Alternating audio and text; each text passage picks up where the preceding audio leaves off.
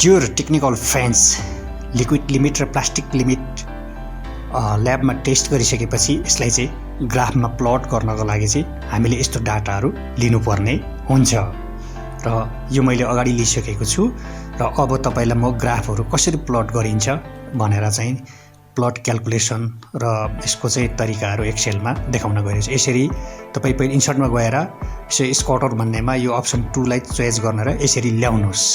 याद साथीहरु, यसलाई चाहिँ लिएर अलिकति राम्रो तरिकाले फराकिलो ठ्याक्कै यो सेपमा यहाँ राख्नुस् हैन। मैले यो फर्मेट एउटा डिजाइन गरेको छु।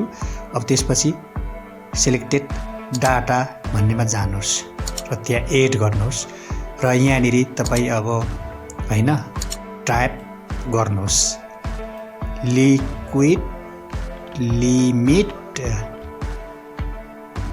जे अब तपाईले चाहिँ हैन आफ्नो टपिक अनुसार लिक्विड लिमिट क्याल्कुलेसन भनेर यसरी टाइप गर्नुपर्ने हुन्छ।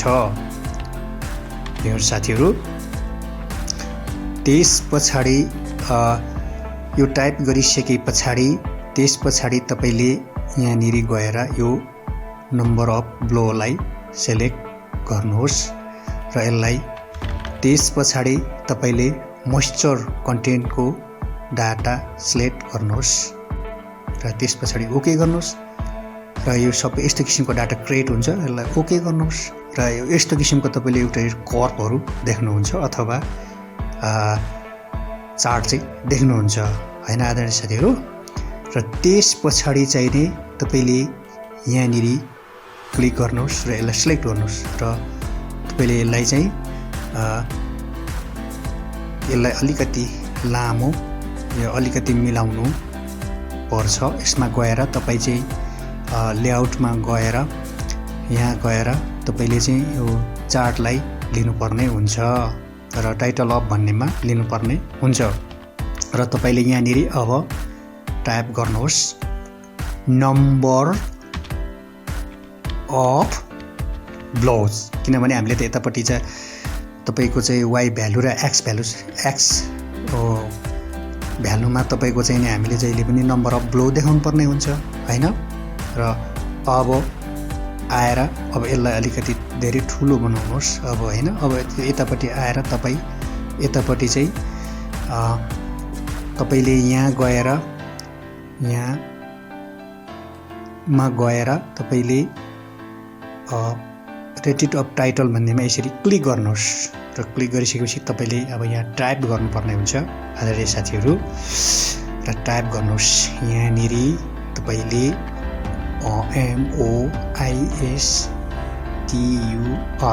MOISTURE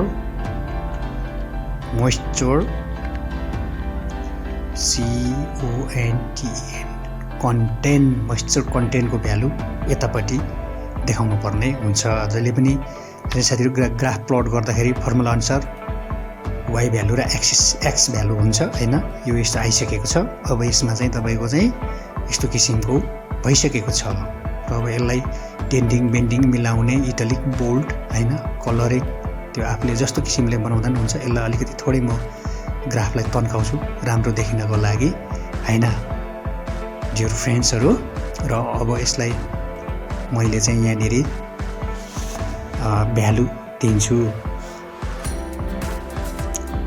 र यसलाई तपाईको यसरी यहाँनेरि तपाईले हैन यसको चाहिँ भ्यालु दिनको लागि यहाँनेरि क्लिक गर्नुपर्ने हुन्छ।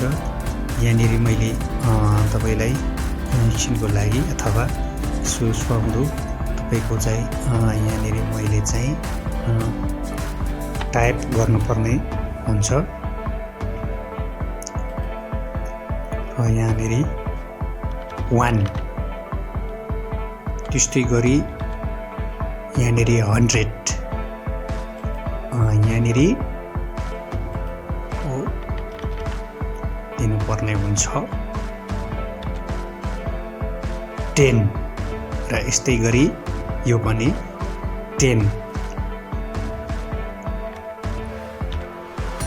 दिनुपर्ने हुन्छ। यहाँनेरि तपाईको साइडमा क्लिक गर्नुहोस् र यहाँ दिइसकेपछि तपाईको यहाँनेरि यसलाई चाहिँ हामीले 1 गर्नुपर्ने हुन्छ किनभने यसको फर्मुला अनुसार हामीले 1 गरिदिन्छु। मैले चाहिँ अहिले 1 गरिदिन्छु। त्यसपछि यसलाई ओके अथवा क्लोज गर्ने यो यस्तो किसिमको आउँछ र यो अहिले मिल्न जान्छ हैन। यसलाई तपाईको अलिकति ठुलो बनाऊ, बोल्ड बनाऊ हैन। र यता पनि राइट क्लिक गरेर एक्सेस फर्मेटमा जाउँ र यहाँ पनि त्यस्तै गरी मिनिमम भ्यालु र म्याक्सिमम भ्यालु दिनुपर्ने हुन्छ। यो टेक्निकल साथीहरु एकदम ढिलो तरिकाले हेर्दै जानु होला म के गर्छु भनेर हैन। मैले यहाँनेरि 10 दिए मिनिमममा अनि यहाँनेरि तपाईको 35 दिए म्याक्सिमममा। अब यसमा चाहिने मैले लिन्छु किनभने त्यहाँ मैले 5 दिए र यहाँनेरि मैले यहाँ गएर यो 10 दिन्छु किनभने 10 को इन्टरभलमा छ नि त हैन हाम्रो।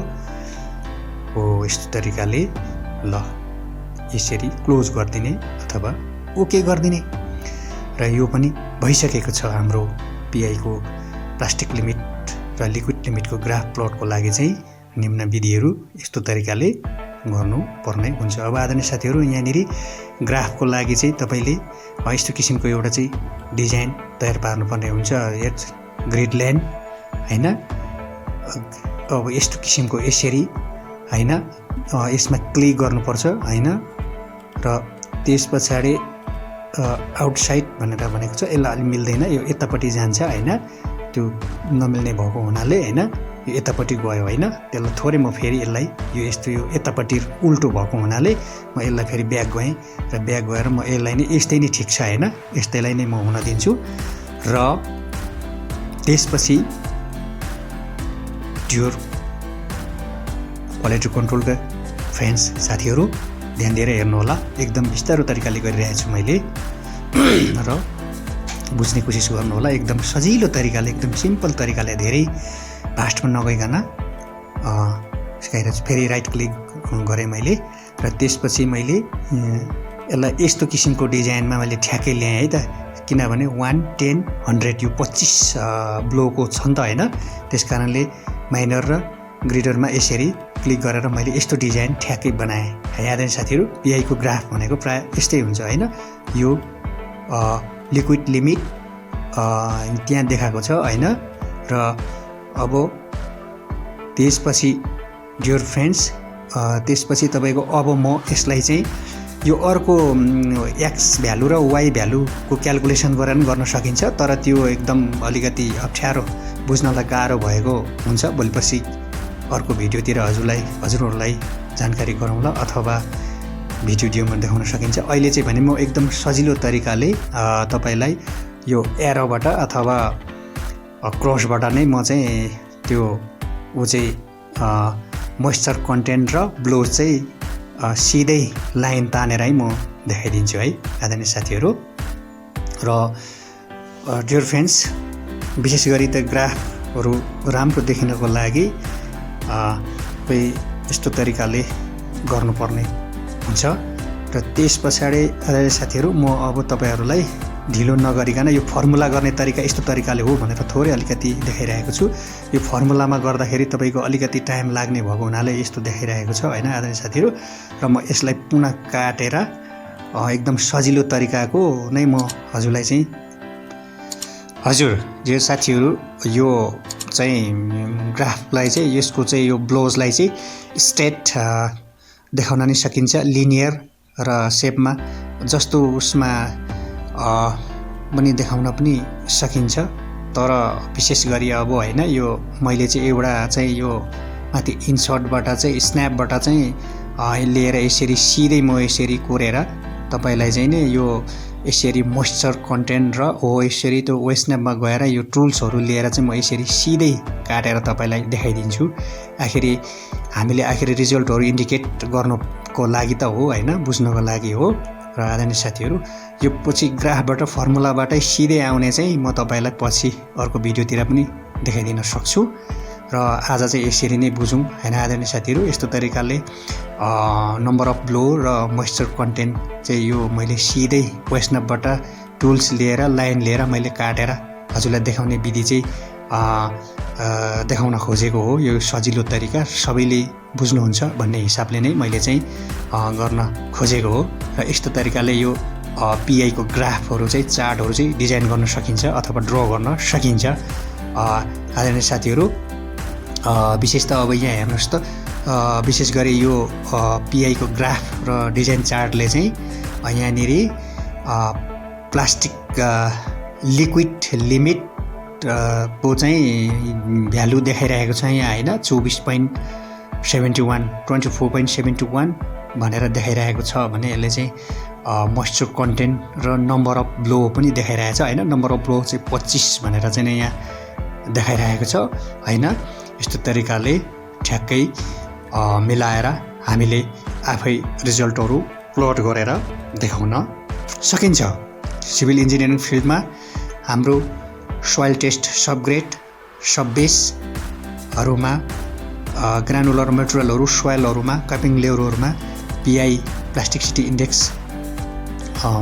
देखाउनु पर्ने हुन्छ। र आदरणीय साथीहरू यो ग्राफलाई स्ट्रेट बनाउनको लागि अथवा यहाँ विभिन्न लाइनहरू अथवा हैन चाहिँ यहाँनिर अप्सनहरू छ हैन। यो ट्रेड लाइनहरू छ हैन। तपाईँले कुनलाई सजिलो हुन्छ कसरी हुन्छ स्ट्रेट बनाउने हो कि बाङ्गो बनाउने हो कि अथवा लाइन बाई स्ट्रेट देखाउने कि भन्ने पनि यहाँ डिजाइनमा छ हैन आदरणीय साथीहरू। अरू सबै कुराहरू मैले बेसिकली रूपमा हजुरहरूलाई सिकाइदिएको छु र यसले तपाईँहरूलाई एकदम सपोर्ट हुनेछ हैन। यो डाटाहरू भइगयो हैन।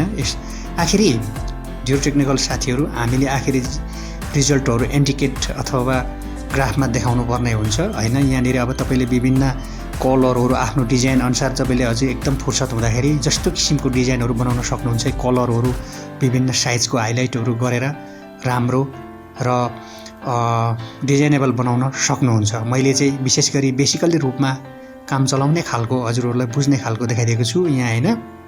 यहाँ मैले यो पहेँलोमा देखाइदिएको छु हैन लिक्विड लिमिट अनि तल रातोमा प्लास्टिक लिमिट र प्लास्टिक इन्डेक्स भनेर देखाइछु। यहाँ माथि चाहिँ डाटा छ। ल त आदरणीय साथीहरू आजलाई यति नै है त। आगामी दिनहरूमा अर्को नयाँ भिडियोले तपाईँ भेटघाट हुने नै छ। धन्यवाद।